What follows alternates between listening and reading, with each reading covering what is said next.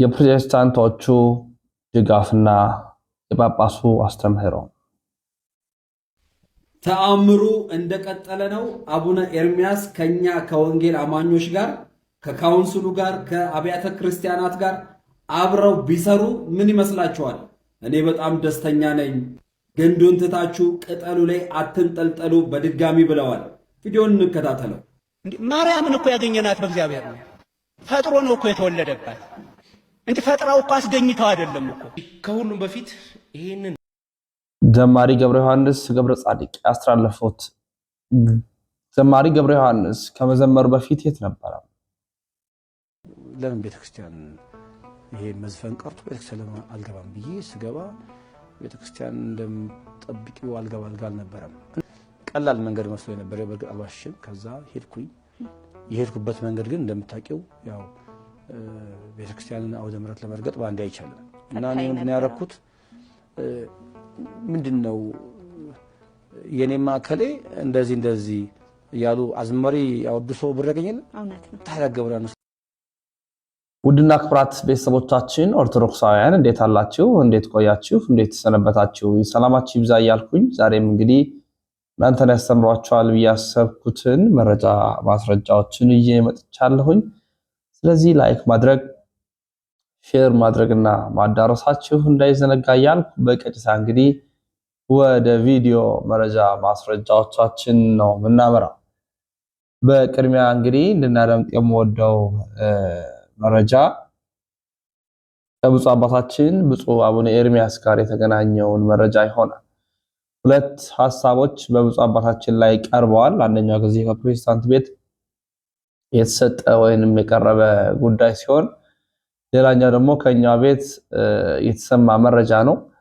ሁለቱንም አንድ ላይ አድርጌ አስቀምጣቸዋለሁ። ለየብቻው ግን ትንታኔ የምሰጥበት ነው የሚሆነው። በቅድሚያ ብፁዕ አባታችን እንግዲህ በሰንበት ትምህርት ቤቶች ላይ ትኩረት ተሰጥቶ መስራት እንዳለበት ጉባኤ ቤት ላይ ያሉትም ትምህርት አይበሉት ጀምሮ ነገር እግዚአብሔርን ነገር ድነትን መማር እንዳለባቸው ብዙ ሐሳቦችን ሰንዝረዋል፣ ብዙ ሐሳቦችን ሰጥተዋል፣ ብዙ ሐሳቦችንም መክረዋል።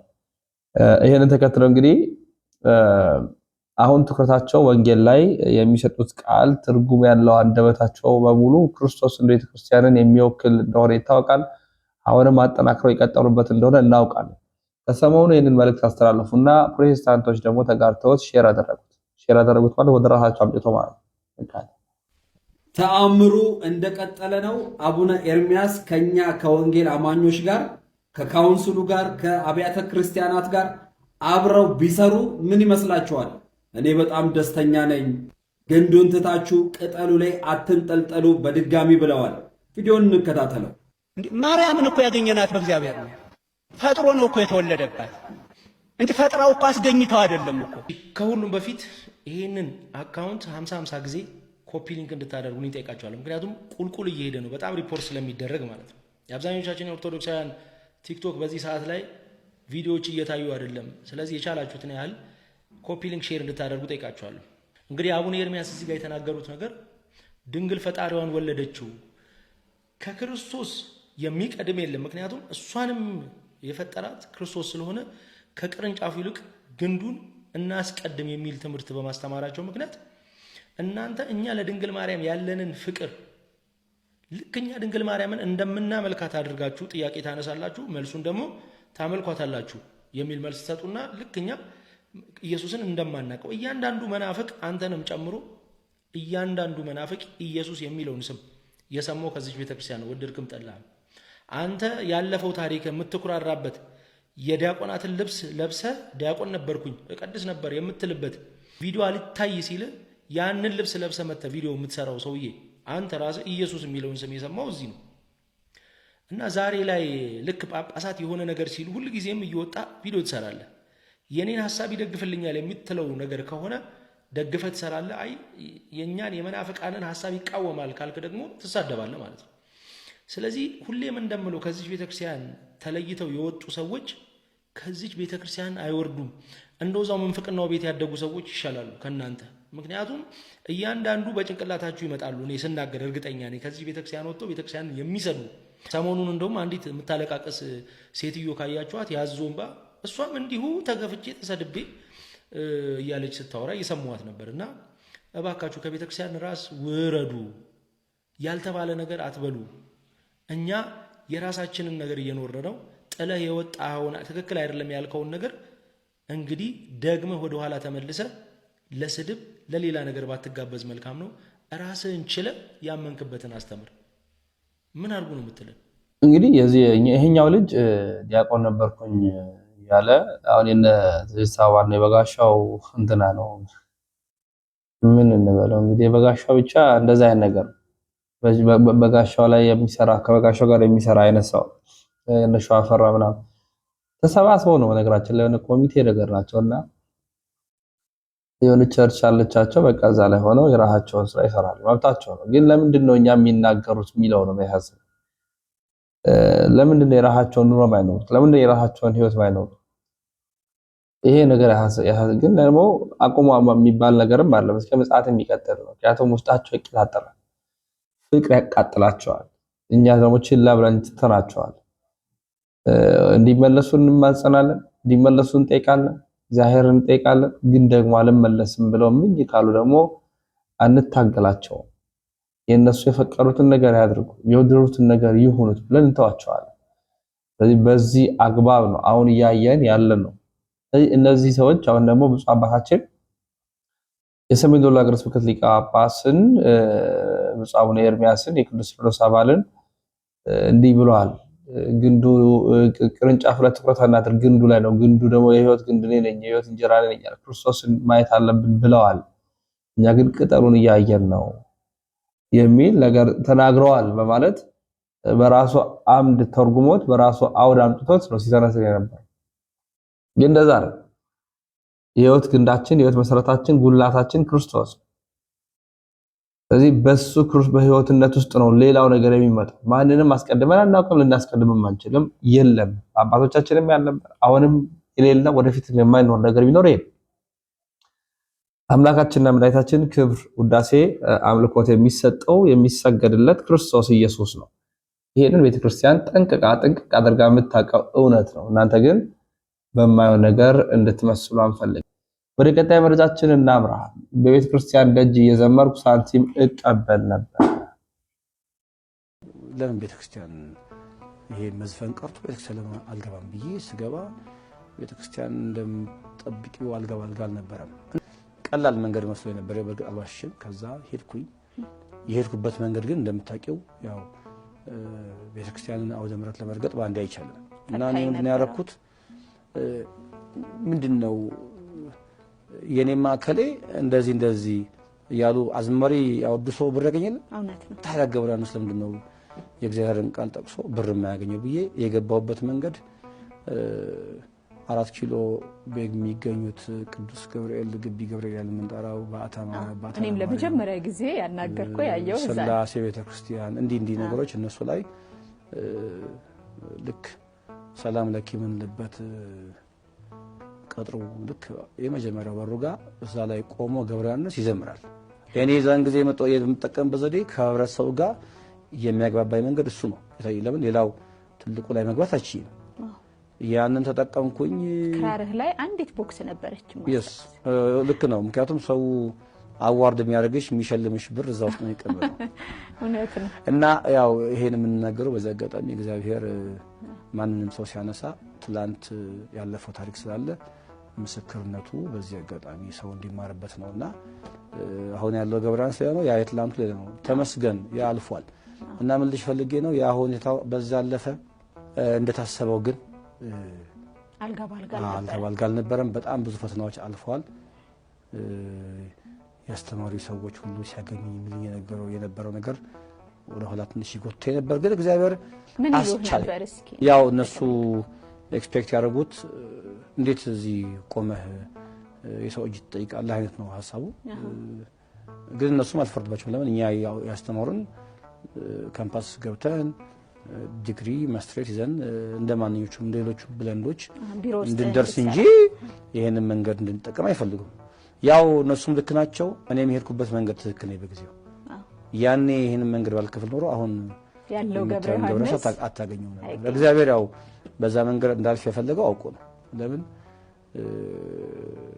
ናታኔም ነኝ በአገልግሎቴ የሚለው መዝሙር ራሱ የሰራሁት ምናልባት ነገ ከፍ ስል እንደው ያንን ነገር እንዳረሳ እኔ እንደማስታወሻ ጭምር ነው። ነገ ደግሞ በስጋ ሞት ባልፍም እንኳን ያቺ ገብረያንስ እንዴት ነበረ ቤተክርስቲያንም ሰውም እንዲማርበት ነው። ቤተክርስቲያን ውስጥ ያሉ ሰዎች ይሄን ሰምተው የትኛውም ከፍ ዝቅ ማለት እንዳለ ነገ እግዚአብሔር ግን እንደሚያሳልፍ እንደሚረዳ ለመመስከር ነው። ለምን እሱ መዝሙር ላይ በጣም ደስ ይለኛል። በጣም እኔም ልጠይቅ ነበር። እና እግረ መንገዳችንን እናስታውስና እግዚአብሔር እንዲህ እንደሚያደርግ ለማስታወስ ያመችናል። እውነት ነው።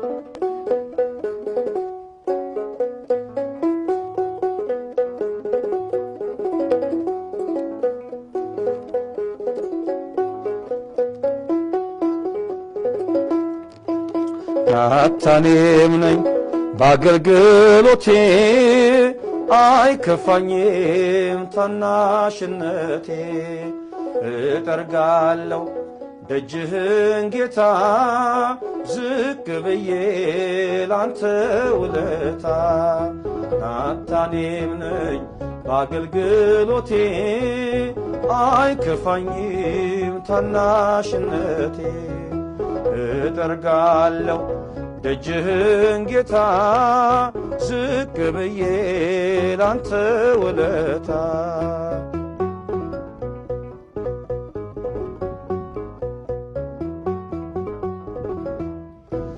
ከነገደ ሌዊ ባልሆን ባልሾምም እንደ አሮን የዜማ ዕቃ ባልይዝ በገና ላመስግን በትሕትና ደጁኜ ካንተ በር ተስፋ አድርጌ ስዘምር ቆጥረህልኝ እንደ ዋጋ አከበርከኝ ባንተ ጸጋ ናታኔም ነኝ በአገልግሎቴ አይከፋኝም ታናሽነቴ እጠርጋለሁ ደጅህን ጌታ ዝቅ ብዬ ላንተ ውለታ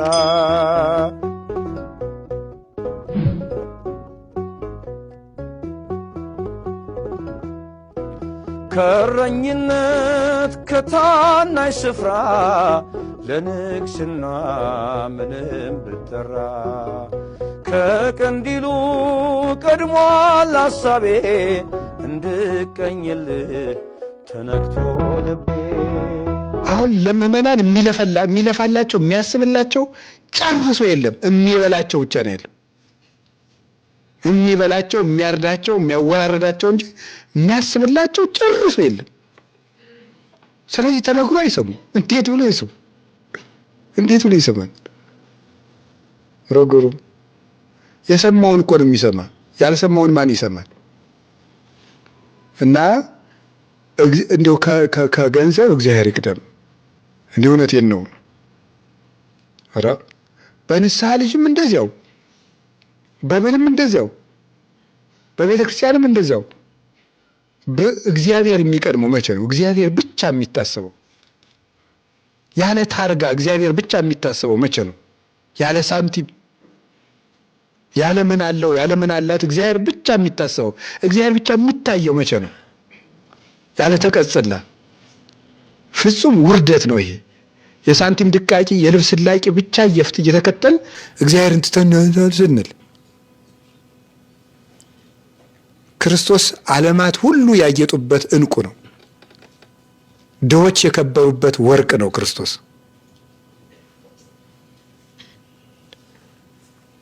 ድሆች የለበሱት ፍጹም የብርሃን ልብስ ኢየሱስ ክርስቶስ ነው። ኑሮውበት ነፋሳት የማይነቀንቁበት የብርሃን አዳራሽ እሱ ክርስቶስ ነው። የማይለወጥ ሀገር ነው።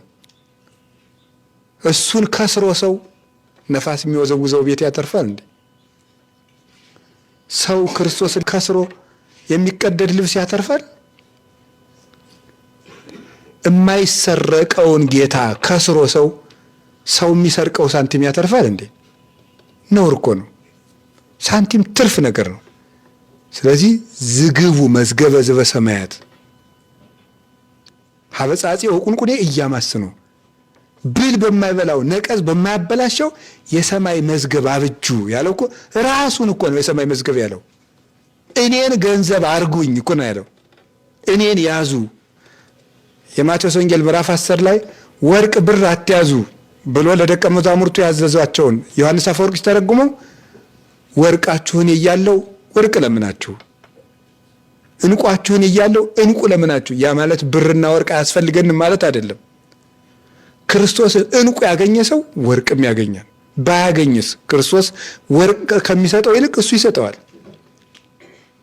ገዝቶ የበላ ሐዋርያ የለም፣ ዓለምን ሲሳይ ያደረገላቸው እንጂ።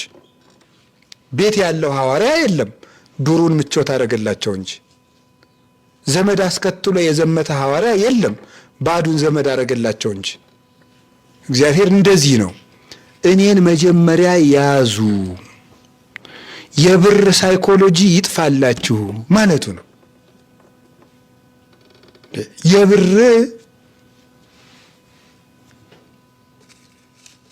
እስቲ አሁን እግዚአብሔር ያሳያችሁ ደመወዝ ይጨመረን የሚል ቄስ ነው እንጂ አሁን እምነት ይጨመረን የሚል ቄስ አለ? ሐዋርያ ናታኔም ነኝ በአገልግሎቴ የሚለው መዝሙር አስታውሳቸው። አይጠፋኝም ታናሽነቴ ካንተ ውለታ የሚለው ደጅ ሆኜ ካንተ በር ተስፋ አድርጌ ስዘምር ቆጥረህልኝ እንደዋጋ አከበርከኝ ባንተ ጸጋ። ይሄ መዝሙር ህይወቱን ነው የገለጠው፣ ህይወቱን ነው የሰበከው፣ እውነትነቱን ነው ያሳየው እና እጅግ በጣም የሚደንቅ ታሪክ፣ እጅግ በጣም የሚያስደንቅ እውነት ነው። እግዚአብሔር ይመስገን። እንግዲህ ከዚህ በኋላ ያለውንም ቻሌንጆች እንከተላለን ብዬ አስባለሁ። ላይክ ያደርጋችሁ አይደለም፣ ሰብስክራይብ ያደርጋችሁ አይደለም፣ ሼር ያደርጋችሁ አይደለም። እይታ የቀነሰ ነው። ኦርቶዶክሳዊ ቻናሎች ሁሉ ጊዜ አይነሱም። ያው የጠላት እጅም እንዳለበት ደግሞ የኛ ማለመተባበር ራሱን የቻለ እንቅፋት የሆነ ስለሆነ ቢያንስ ሼር በማድረግ ከእናንተ የሚጠበቀውን ነገር አድርጎ ይህ ያሮስ ነው። ወንድማችሁ ልዑል መብራቱ ነው።